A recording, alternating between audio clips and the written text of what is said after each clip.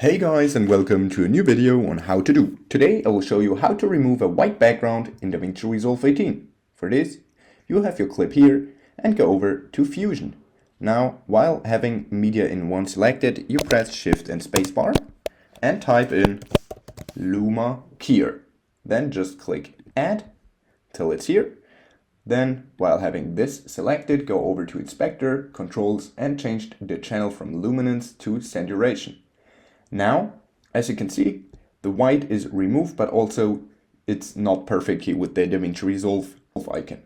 What you now want to do is increase the contrast and expand and play around with the gamma.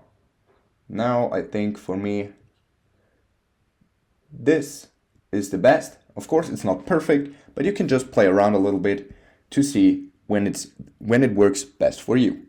Okay, that was a quick tutorial on how to remove white backgrounds in DaVinci Resolve 18. If you enjoyed the video, please like and subscribe to stay tuned for more how to do videos. If you have a video suggestion, just let me know down in the comments. See you guys soon.